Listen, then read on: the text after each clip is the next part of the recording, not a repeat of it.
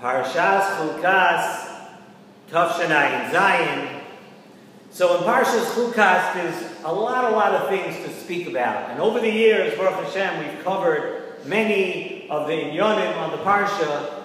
And this year, we're going to speak about a very complex issue in the Parsha. And that is the episode of the Mei Meriva. So Hashem tells Moshe Rabbeinu, what we all know, Hashem tells Moshe Rabbeinu about speaking to the rock, speaking, v'dibartem el hasela, speak, and you'll be able to get water. Moshe Rabbeinu goes ahead, and Moshe Rabbeinu hits the rock, and a lot of water comes out, they're able to drink the water, and things go on from there. And the Pasuk tells us, Vayomer Hashem el Moshe v'el Aaron. HaKadosh Baruch Hu said to Moshe Rabbeinu and Aaron HaKohen, Yan loy he'emantem bi, because you did not have trust in me and believe me, right? Hashem says you didn't believe me, like Bisheni, le'enei b'nei Yisrael, lochein, therefore, loy saviu es ha'kahol hazeh. You are not going to bring Klal Yisrael el ha'oretz asher nosati lahem. That when we go into Eretz Yisrael, Moshe Rabbeinu and Aaron HaKohen, because you did not have trust in me, you're not going to be the ones to lead Klal Yisrael into Eretz Yisrael. And many Mefarshim speak very much at length about this inyan of the Mei Meriva. So many different angles and so many different questions, so many aspects of this that really need, and they ask for explanation.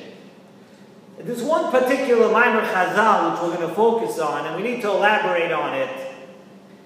Chazal tell us that the ikar problem here about what happened by the Mei Meriva was not the fact that Moshe Rabbeinu hit the rock. The biggest problem here is that when Moshe Rabbeinu was talking about and referring to Klal Yisrael, Moshe Rabbeinu said, Shimu no hamoirim. Pay attention, rebellious ones. Moshe Rabbeinu referred to Klal Yisrael as people who are rebellious. So it wasn't the fact that Moshe Rabbeinu hit the rock.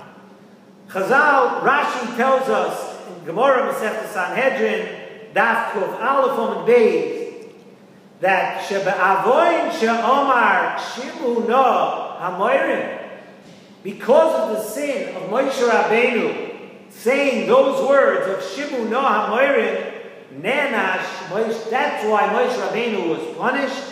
Nichnas la'eretz Yisrael. Gemara Sanhedrin, Gemara tells us straight out, the reason Moshe Rabbeinu did not go into Eretz Yisrael is because Moshe Rabbeinu called Klal Yisrael moirim, rebellious ones. So what was so terrible about that? I mean, Klal Yisrael had done things, they had rebelled. What was so terrible by Moshe Rabbeinu saying that because of that, Moshe Rabbeinu got such a punishment that he was not able to go into Eretz Yisrael? So Nesivos Shalom explains this whole inyan by telling us something very interesting. He tells us about the connection between a manhig, a leader, and the kohol, and the people that are being led. That's what Nesivos Shalom says. And I'm going to tell you something about how a manhig and a congregation relationship is supposed to be. What's the relationship supposed to be like? It should be like the relationship of a guf and a neshama. And what does that mean? It means that there really needs to be a very strong belief and confidence in each other.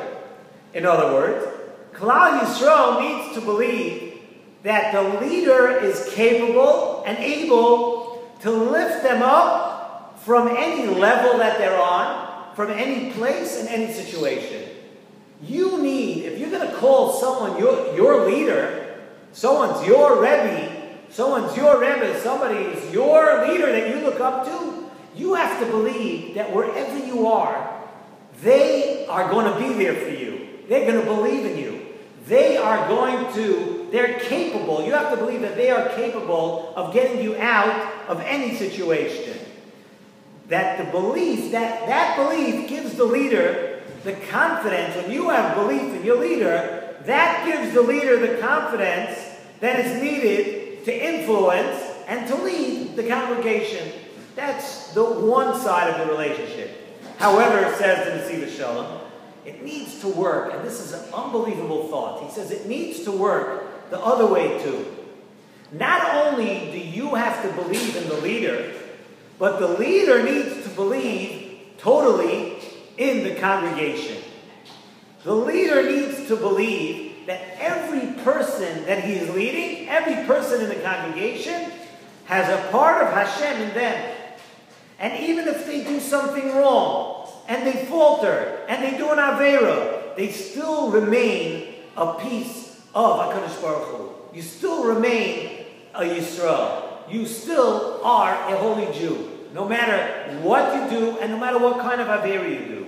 And it's just that. Sometimes a person doesn't have the strength, and they fall, and they falter, but it's just that. It's the person did an Aveira. It's an Aveira. But the root, the person themselves, that remains the same. The person, the leader has to believe that the person remains connected to Hashem. And that you can always make your way back to your roots. You don't ruin anything.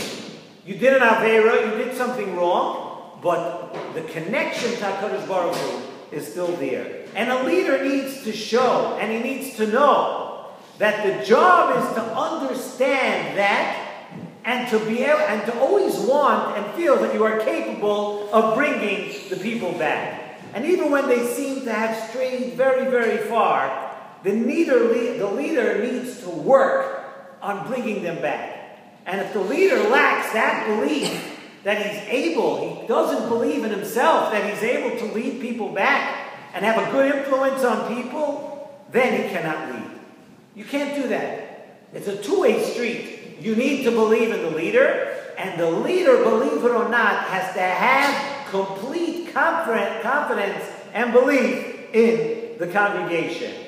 So yes, the leader has to understand that there are problems, and he has to see the problems, but they remain just that in the eyes of the leader. They remain just problems. They're not actual permanent blemishes on the person. It's something that happened, and we have to deal with it. We need to work on it. But that doesn't change the essence, the beauty of the person. And with this Yesod of the Nesivos Shalom, we can begin to understand the Medrash that told us that the problem was that Moshe Rabbeinu said, Shimu no hamoirim. Listen, rebellious people. The Pasuk says, Lochein, because of that, lo yisaviu es hakahol hazeh. Why? Because if you don't believe in Klal Yisrael, not so much that it's even a punishment, but if you don't believe in them, you cannot lead them into Eretz Yisrael. If you are the leader, you need to believe as a leader of Klal Yisrael that he can always do tshuva, and he can always come back, and that you are always able to help them. So the Pasuk tells us, Yan lo ye'emantem bi lahakdisheni.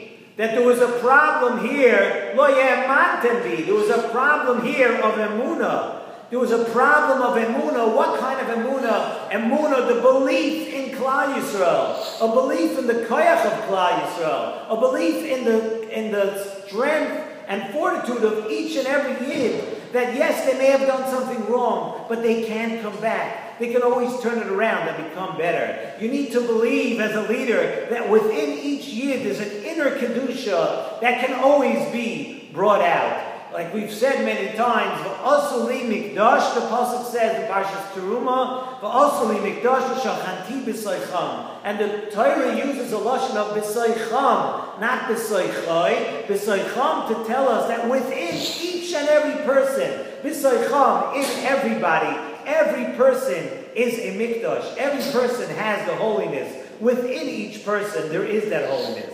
So when Moshe Rabbeinu said, Shimu no hamoirim, Hashem said to Moshe Rabbeinu, Lochein lo yisaviu es hakol hazeh. You don't believe in Klal Yisrael? You calling them rebellious? What? You've thrown in the towel? You don't believe? You don't believe in the inner strength and inner kedusha of Klal Yisrael? Then you're not the leader for them right now.